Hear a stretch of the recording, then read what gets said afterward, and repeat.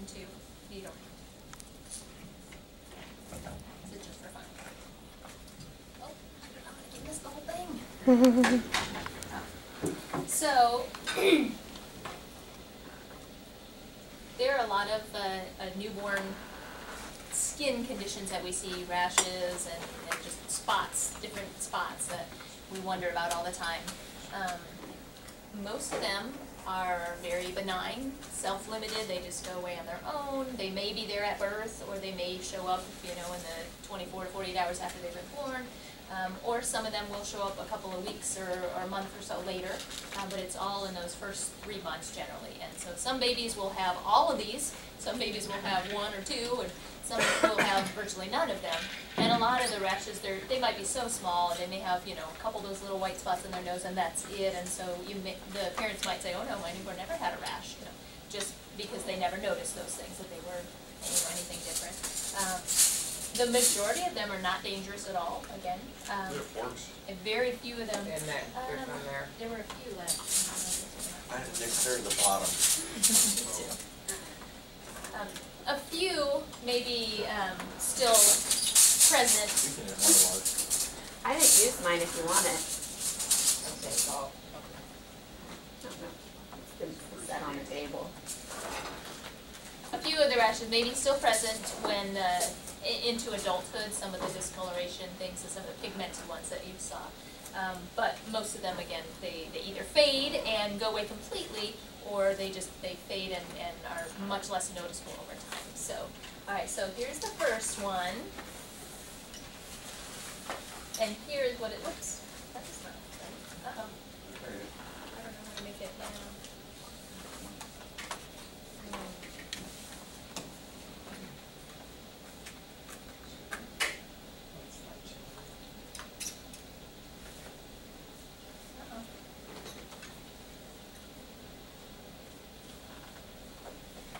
Hold on a second. The names are supposed to pop up there, but they're not.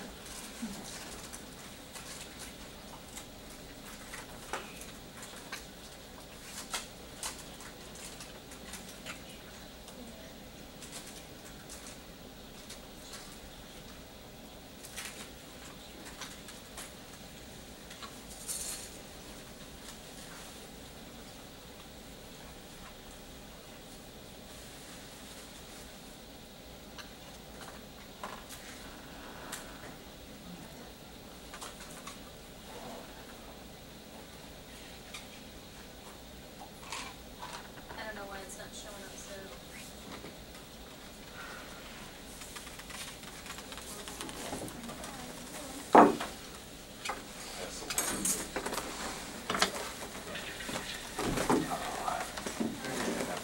I think I'll just have to tell you. That doesn't look like a baby. Is that a baby? Yep. It's a very close-up of an arm. Upper arm. So this is called cutest marmorata. It's a very long name for, basically, it sort of looks like modeling of the skin. It's a vascular phenomenon, just the vascular response to cold. Totally normal. Sometimes it's very Respiratory therapy to ER stat, respiratory therapy to ER stat, respiratory therapy to ER stat. I got modeling. Yay! So it is totally normal. Some babies it's very prominent, and you know we might even get concerned that you know there's something going on with them. But most babies it's very subtle, if anything, and then it goes away, and we don't really pay any attention or notice it. So that's what that's called, the cutest marmorata. This one is very, very common. Will that one go away just for warming the baby? Okay. Yeah, it usually, yep, then it kind of fades away and you don't see it anymore. Yep. Yep, and this is called erythema toxicum. If you tell a parent that their baby has erythema toxicum, they think that's very bad. It just sounds really horrible with the whole toxic word in there. But if you just explain to them, well, that's just this fancy name for these little white dots on a red base. Tiny little white dots, and they will go away completely. They, you know, are not dangerous at all, and they're pretty much, we see them usually after the first day. So, you know, they're born, they don't have them, and then they just show up. And they might have 1 or 2, and they might have them completely all over their belly like that one. And But again, they're very, very common. It's not uncommon for them to not have it when they leave the hospital and see it with the checkup. Yep. And, you know, very few parents I've met seem concerned about it. They don't like freak out when they're like, oh, my baby has this rash and stuff. Most of I don't know. So yeah, erythematoxin. This one we did see in the nursery about, like I said, about a month, maybe 6 weeks ago. And again, it goes through this process. It has these pustules that show up first. And as you can see, the difference between the erythematoxicum and this one is the pustules are just white pustules. They don't have any red base underneath or anything like that. You know, there was a lot of redness on the other one, the erythema part. But then what they do is they pop, they kind of desquamate, and you can see that one's sort of sloughing the little skin part, and then it turns into this little hyperpigmented area underneath that's very flat, you know, it's just a macule, and after a few weeks or so, that all goes away as well. So because of the way that this changes and what, you know, the pustules and the hyperpigmentation, it is called transient, meaning temporary, neonatal, of course the newborns, pustular melanosis. So it's got the pustulars, the melanosis part is the hyperpigmentation. So that's a very long, complicated name that basically just describes what the rash is and what it does. So, again, you know, totally normal. It does not leave scarring or any, you know, all the babies will have nice, beautiful skin once this runs its course. So, but yeah, that baby had it and they wondered and they were like, oh, it's got herpes and it's got, you know, who knows what, but this is what it had and it went away. So parents do usually notice the pustules. What causes it? No one Do we knows. know? We don't know. Oh, okay. Most of these newborn phenomena, we really don't. We don't understand exactly why. I think a lot of it has to do with the immaturity of the skin and a lot of mom's hormones causing some reaction from the skin. So, let's see how that goes. Okay, this is neonatal acne, or more fancily known as acne neonatorum. So basically baby acne, and this generally does show up at about 2 weeks of age, just when mom and dad are ready to take pictures of their beautiful newborn, and then it lasts for, you know, a month or so, and then it goes away by itself. So I usually tell parents, just go get your picture taken right away, or, you know, wait a few months when they're 3 months old and they can smile and then you can take them then. So again, not dangerous, very rarely gets very extensive, and you know, there's really nothing you have to do about it. If it gets extremely severe, I think they do. You can put things on it that you might on an adult acne too, but it's really just the newborn skin response to the mother's hormones is what we think. And it's usually just these very close comedones, so no big pustules or anything like that. And it's forehead, nose, cheek, and chin is the most common areas. So it looks kind of sad, but it doesn't bother them at all. And then their skin will be beautiful. It doesn't bother the baby at all. No, it doesn't. Not at all. They don't come and complain. I need that. Pretty much none of this stuff bothers them. That's right. So it's fine. When they're 16, they These come are and the play. itty bitty little white spots. They are barely 1 to 2 millimeters, so very, very small. There's no redness associated with it at all. These are called millia. M-I-L-I-A, millia. Yeah, my little titles we should have. They're retained keratin, so a little bit of the skin, so the sloughing skin cells, it's stuck inside the dermis, and so you can just see it as little white spots. Generally also on the face, the trunk. You can actually get these on the penis or on mucous membranes as well, so still retain keratin. The little pearly papules, you might call them, or, well, there's a different thing that you can feel. Papules are things you can feel. This you really can't. But they can be on the penis, and they can be in the mouth. So we've seen that in babies before. They have these little white spots, and moms or dads might be concerned, what is that little thing in there? But it's nothing dangerous. It's not something that usually will go away all by itself. So. But that's called millia. And then there's another word that is used in newborn language a lot called miliaria, which is very similar to millia, but miliaria is, they're bigger. They're not just the simple little things, and they do have some redness associated with it, at least in this case. This is called miliaria rubra, better known as heat rash. So this is the one that shows up underneath the nice warm areas under the in the armpits or around the neck, a lot of times on the back, on the upper chest. When the babies are really warm, they're here, they're born in July, and they're wearing a big warm sleeper with 18 blankets on them, and they get miliaria rubra. So basically, if you just unclothe them a little bit, have them wear what the parents are wearing instead of all that nice warm outfit, then it'll improve. And we think this is part of this, along with the milia, kind of just the immature skin. So, a little bit of sweat retention in all those little follicles. So. And this is seborrhoeic dermatitis, sometimes known as cradle cap. So this is pretty severe case of cradle cap.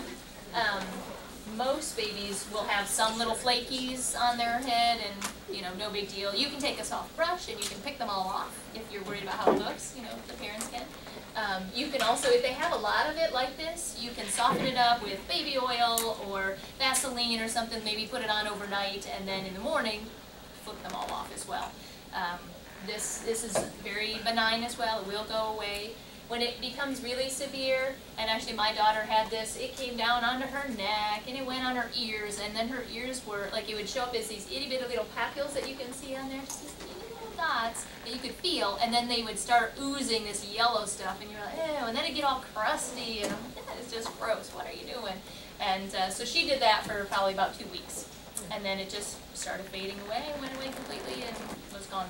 So, and now her skin is perfect, even though she went through pretty much all of these rashes, like the first one. So, yeah, again, not dangerous. Usually on the scalp, and then can spread down to the face and trunk if it gets bad. So, this seborrhoeic dermatitis, of course, adults can have as well, but we generally think that this is probably something that goes away after several months of age, or at least into a couple of years.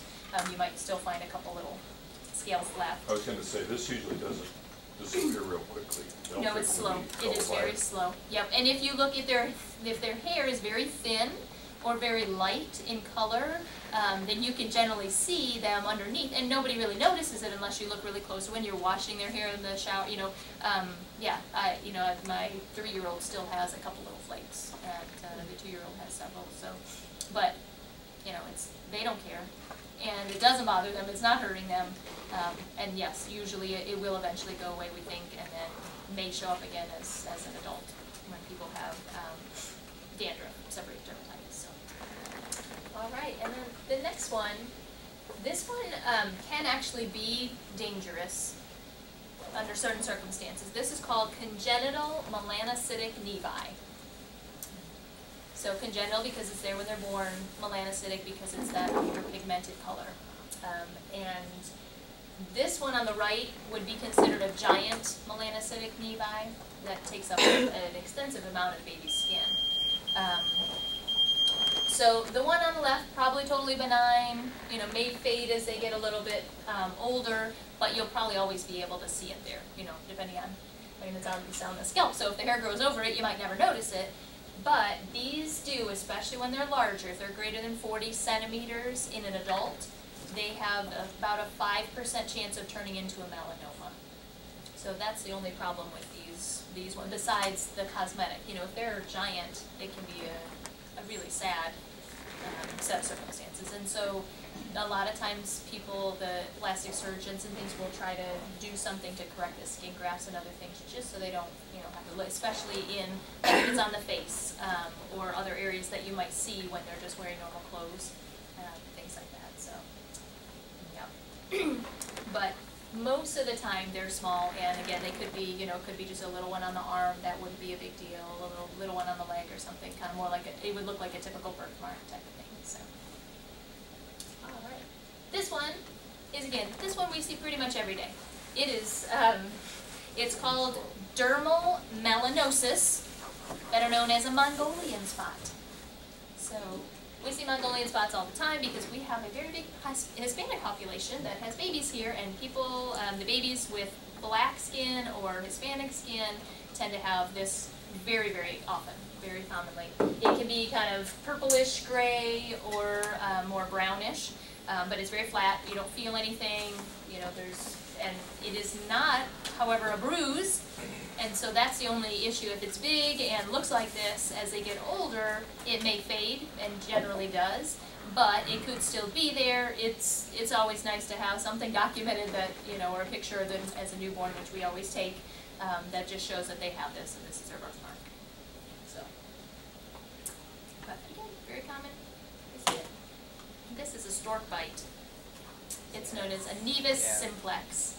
So people call these all kinds of things, but they are telangiectasias, so the weird little blood vessels that are in the dermis. And about 33% of babies have one of these somewhere. They pretty much fade away. They usually go away completely, or at least, you know, and when they're under the hair, you know, you're not going to notice them. But a couple of my kids had, like, right, you know, on the nose, just over the lip, and they're gone. So, you know, most of the time they just fade away. And again, not dangerous. Eyes, scalp, neck. I used to call that a nevus flameus. Is that the same thing? Or Yes. maybe down in Yes. Texas they call it nevus.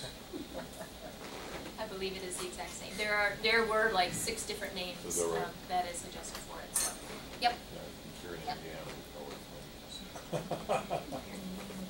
You can use your word too. They like stork bite. What is Then that for? that was all that was on the 10 things on the quiz. So, good job. What were your guesses up to right now? Just in general. I don't think I really want to. When I see adults, a lot of times, and when I see adults, they'll ask me about their different skin spots, and I like to tell them, most babies, when they're born, they really don't have anything on their skin. Really, you know, it's pretty rare to see almost anything on the skin. And some of these rashes that come and go are a little bit different.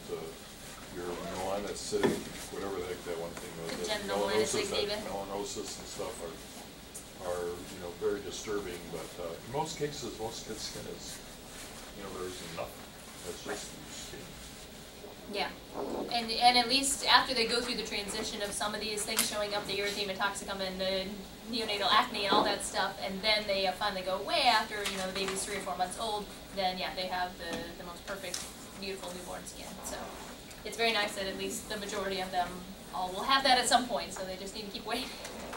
But so this is supernumerary nipples, and we actually saw one of these in the nursery as well. It is relatively common.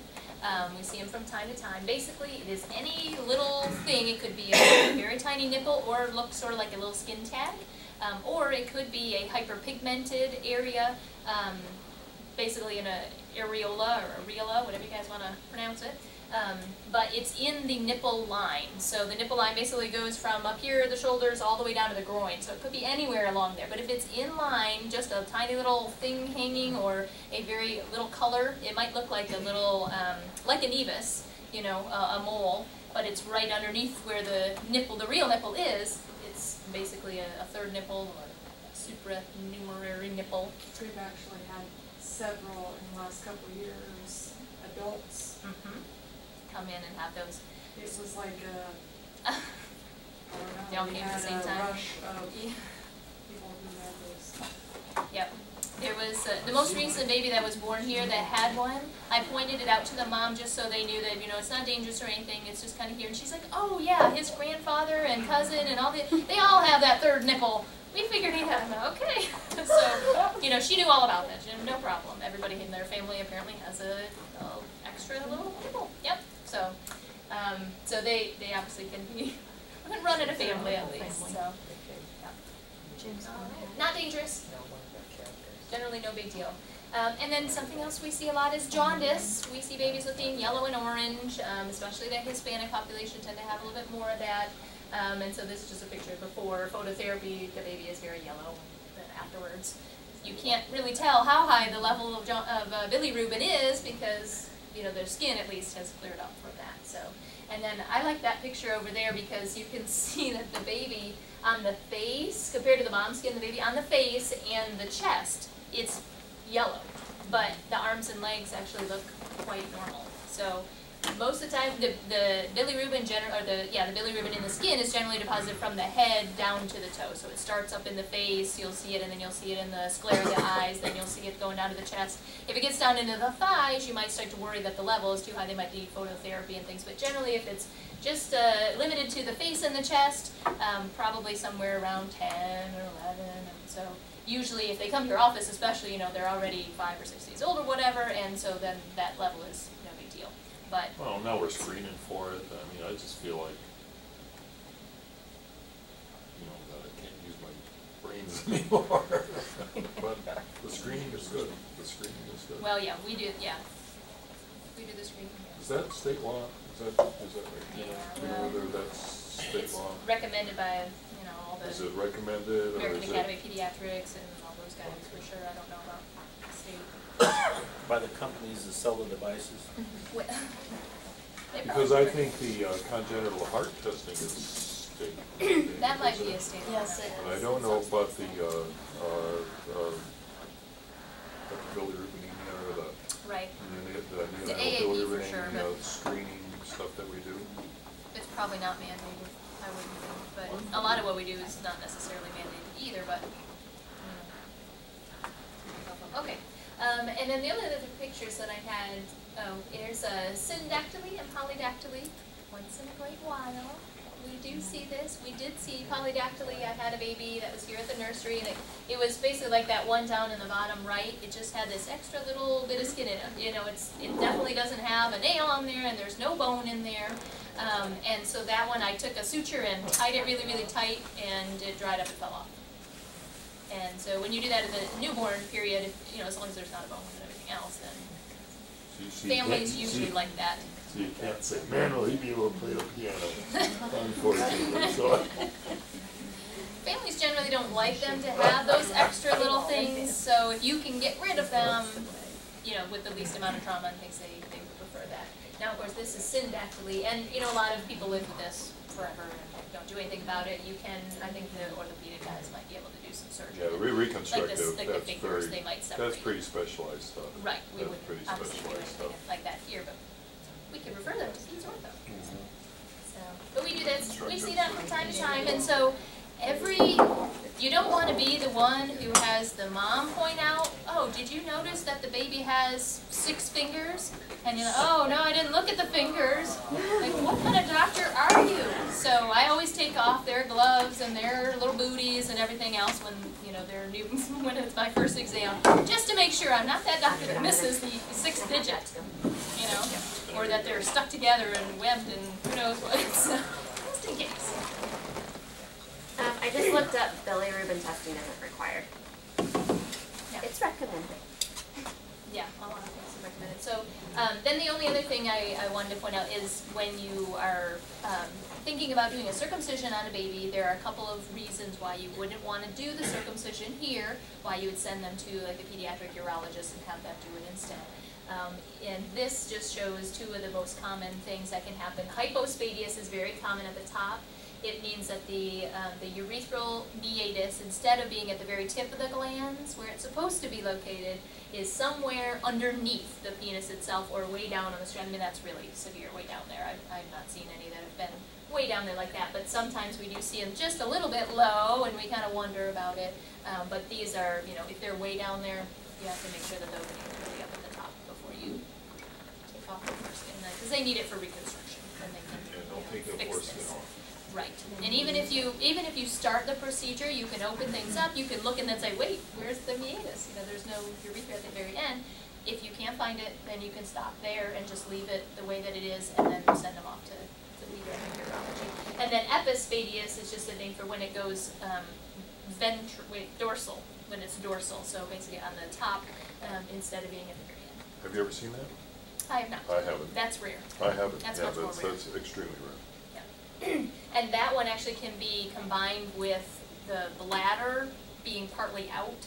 So like the whole top can be splayed open, and then the bladder can be sticking out of it. I mean, that would be very rare, and we would hopefully all notice there was a problem and not try to do any weird procedures on them at all, and send it on to somebody else. Okay.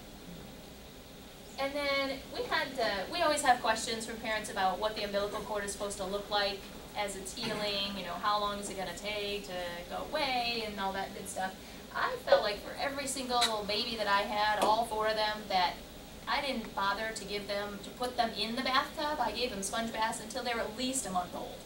Because even when the cord, so it dries up, you know, you have the little the clamp on there, then it dries up after you take the clamp off, turns black, gets all necrotic, and then parts of it start to fall off. Generally, it doesn't all fall off in one clump necessarily. There's still a little black piece hanging on it down here on this 3rd circle. And then you can notice a whole bunch of goop. There's yellow goop inside there, and you're like, oh, that is, you know, it's got to be infected or something. But and it'll smell bad too. You can smell that, and you know, the clothes or the diaper will irritate it. It starts to have little spots of blood on the diaper, and people are just, oh, you know, it's terrible. And so, but if you just leave it dry, it will, that part, the goopy part, will turn black and necrotic, and finally the little flecks will come off as well, and then over here you can see the pretty little belly button. But generally, you've got the cord falling off about 2 weeks, and then the whole thing doesn't actually heal for another 2 weeks, so that's why babies are usually about a month or so old before you should really put them in the bath. If you soak, you know, them in the bathtub when part of it's still hanging off, it will just get wet and mushy, and then it will take even longer to dry up and fall off. So there you go. But a normal process. Everybody goes through that, and then you forget that they ever had an umbilical cord. Thank you for attending. These are my 4 newborn pictures of my 4 different newborns. They sort of look like maybe the same. They look the same. I promise they are not the same baby, but they do look very similar. They do. This is Teresa. She's now 7. This is Cynthia. And yeah, they like to sleep like that. You know, they get really cozy. That is Cynthia. I think she has the same blanket, though. She passed it down to Jessica. So Cynthia, who is 5. Jessica is 3. And this is Joey. And look, he has a little nevus simplex, a little stork bite.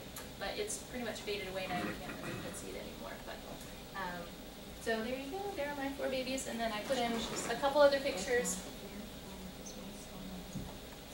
Well, one came out for some reason, but there was one picture there, and I don't know where it is. These are my newborns. So there you go. Well, thank you guys for coming. Oh, and everybody who filled out their quiz, and anyone else who just wants some,